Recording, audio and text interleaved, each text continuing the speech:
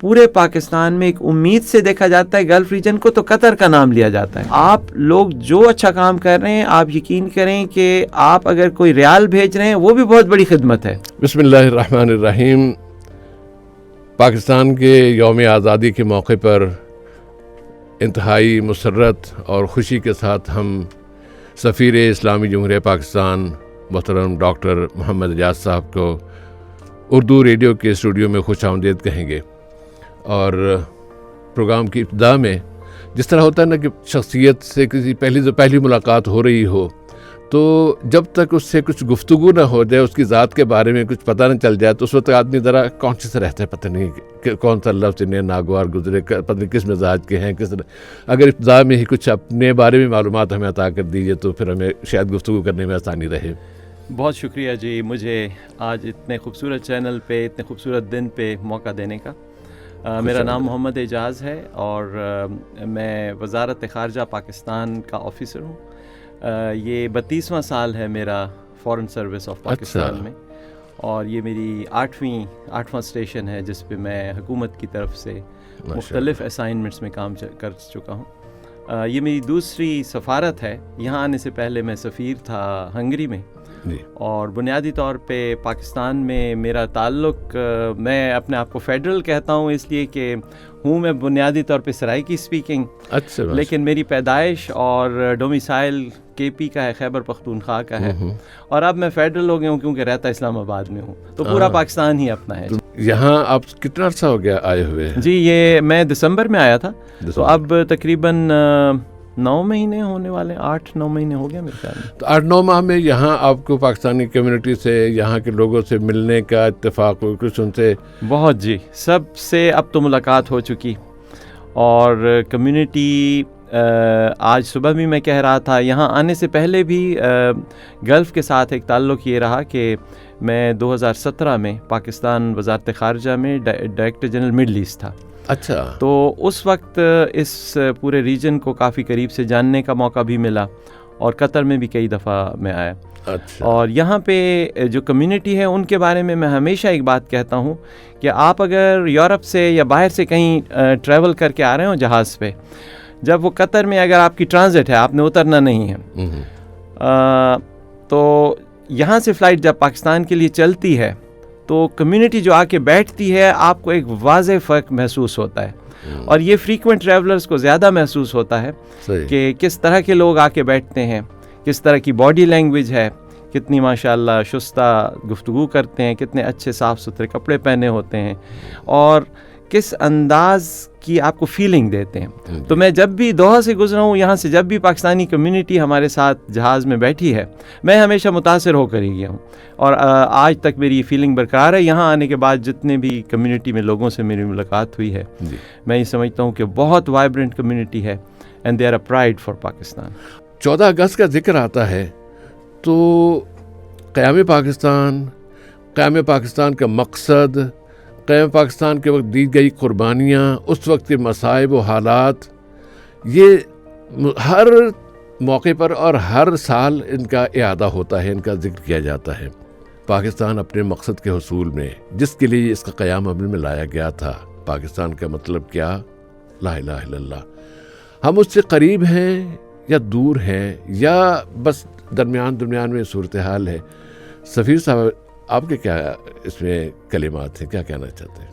میرے خیال میں جو میرا اپنی زندگی میں اور پھر فارن سروس میں تجربہ رہا، میرے خیال میں اس سے زیادہ کوئی بڑی آنریبل بات نہیں ہے کہ ہم اپنے آپ کو پاکستانی کہلوائیں. اور یہ بات میں ایز ڈپلومیٹ نہیں کہہ رہا ہوں، یا اس لیے کہ میں آپ کے اس خوبصورت چینل میں اس وقت ایک کمیونٹی سے بات کر رہا ہوں، یہ وجہ نہیں ہے. اس کی بنیادی وجہ یہ ہے کہ میں اپنے 32 ایئرز ایکسپیرینس میں مختلف ملکوں میں رہا. اچھا.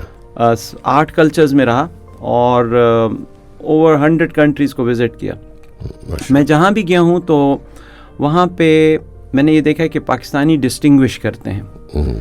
ہماری آج جو پاکستانی کمیونٹی سے قطر میں موجود ہے، یا جو امریکہ میں ہے، یا جو گلف کے باقی ممالک میں ہے، یا جو ایسٹ میں ہے یا یورپ میں ہے، آپ جہاں بھی دیکھیں گے وہ شائن کرتے ہیں. یہ کمیونٹی یا میں بطور اعجاز یا ایز سفیر پاکستان کون ہوں؟ میں اس ملک کے کلچر کی پیداوار ہوں. اور اگر آپ دیکھیں تو ہمارا ملک، ہماری پاکستانیت، یہ میرا جو نغمہ بھی ہے اس کے انٹرو میں بھی میں نے لکھا ہے کہ یہ پاکستانیت کی ان یونیک ویلیوز کی انڈورسمنٹ ہے جن پہ ہم نسل در نسل بلیو کرتے رہیں. اس کی حیثیت چینج ہوتی رہی ہے کیونکہ ایک جو خاص صلاحیت ہے یا خاصیت ہے پاکستانیت کی، وہ یہ ہے کہ ہم ایک ویوز کے ساتھ فکسڈ نہیں رہتے. قطر پاکستان تعلقات کے حوالے سے، قطر 3 ستمبر 1971 میں آزاد ہوا تھا. اس کی آزادی سے پہلے پاکستانی شہری قطر میں آ چکے تھے، یہاں رہتے تھے. وہ ایک ایسا ٹائم تھا کہ جب پاکستان ایک جنگ میں پھنسا ہوا تھا اور فوری طور پہ قطر کی طرف سرکاری طور پر وہ توجہ نہیں کر پایا تھا. 3 سال بعد 1973 میں پھر قطر اور پاکستان کے سفارتی تعلقات قائم ہوئے. اب اس وقت قطر اور پاکستان کے سفارتی تعلقات کیسے ہیں، کیا استحکام ہے، کس سطح پر ہے، اور ان کا مستقبل آپ کو کیسے نظر آ رہا ہے، اس کے بارے میں کچھ معلومات دے دیجیے. میرے خیال میں ایک تو اس بات میں شروع کروں گا تعلقات کی پیپل ٹو پیپل کانٹیکٹ سے. میں نے جب اپنے کریڈینشیلز پیش کیے ہز ہائنس امیر صاحب کو، تو غلطی سے میرے منہ سے نکل گیا کہ جی یہ ہماری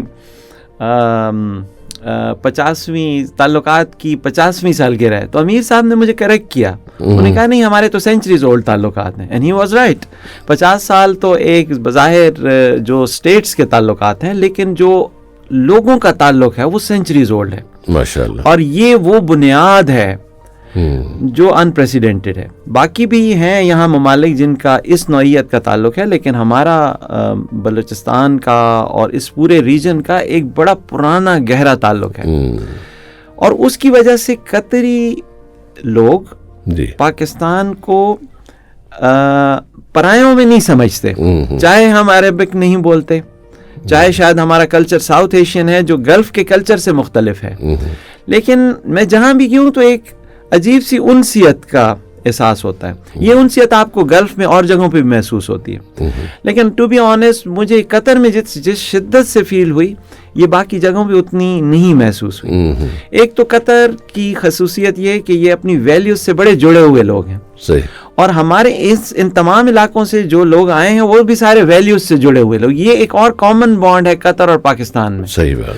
باقی ماڈرنٹی میں کوئی برائی نہیں ہے، باقی ممالک نے پروگریس کیا ہے، لیکن اگر آپ ویلیوز کے ساتھ جوڑ کے ترقی کرتے ہیں جو قطر سمبلائز کرتا ہے، ورلڈ کپ میں بہترین ڈیمونسٹریشن ہوئی. تو یہ انسیت صرف پاکستان کے لیے قطر میں نہیں، قطر کے لیے پاکستان میں بہت پائی جاتی ہے.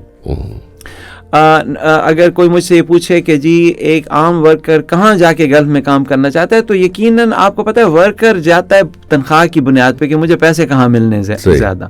اور پچھلے آئی تھنک 12 سال تو بہت ہی پروڈکٹیو رہے کہ ہماری یہاں پہ کمیونٹی کی جو اوور آل تعداد ہے وہ ماشاءاللہ بڑھ کے اب تو 2,60,65,000 تک پہنچ چکی ہے آفیشیل فگرز کے مطابق، اور ہر مہینے اس میں اضافہ ہو رہا ہے. اور میری اب خواہش یہی ہے کہ ہم آنے والے، اور امیر صاحب کی جو انفیکٹ اوپن آفر ہے ہمیں، اس سے ہم فائدہ اٹھانا چاہتے ہیں کہ آنے والے سالوں میں ہم یہاں پہ اسکلڈ اور ہائیلی اسکلڈ آپ پاکستانیوں کو لے کر آئیں.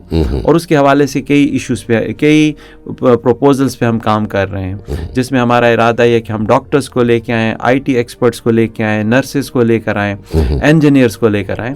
اور ان کی ضرورت ہے کیونکہ جو انیشیل کنسٹرکشن فیز تھی اس میں پاکستانیوں نے اپنا رول ادا کیا. خوبصورت ورلڈ کپ ہوا، اور میں اسی آپ کے چینل کے توسط سے مبارک دینا چاہتا ہوں قطر کو، ان کی گورنمنٹ کو، امیر کو، پوری قیادت کو. بہترین ایک تھا جس پہ نہ صرف قطر پراؤڈ ہے، پورا پاکستان پراؤڈ ہے، پوری اسلامک ورلڈ پراؤڈ ہے. اینڈ الحمدللہ we are part of it. تو یہ جو تعلق ہے یہ ہمیشہ سے رہا ہے، سکسیسو گورنمنٹس میں اسٹرانگ رہا ہے. آپ دیکھیں جو بھی پاکستانی پرائم منسٹر رہے ہیں، جو بھی پاکستانی لیڈر رہے ہیں، وہ جب بھی قطر آئے ہیں ان کو اسی محبت کے ساتھ ریسیو کیا گیا ہے. اور ہمیں امید ہے کہ انشاءاللہ اب جو آنے والے الیکشنز میں جو بھی نئی گورنمنٹ سلیکٹ ہوگی تو وہاں سے ہم ایک تعلقات کی ایک نئی بنیاد رکھیں گے. لیکن اس میں بنیادی تبدیلی یہ ہوگی کہ اب ہم اس کو, کیونکہ قطر کی اپنی اورینٹیشن اب بہت پرو ماڈرن ہو گئی ہے بٹ اسٹینڈنگ ود ویلیوز, یہ بہت ایک یونیک چیز ہے. پاکستان کے اگر اندر دیکھیں معاشرے میں بنیادی آئیڈیل یہی ہے کہ اپنی ویلیو بھی نہیں چھوڑنی, زبان بھی نہیں چھوڑنی, لیکن ترقی بھی کرنی ہے. سو آئی تھنک قطر اور پاکستان کے اندر یہ ہم آہنگی کا ایک اور بہت بڑا ذریعہ ہے.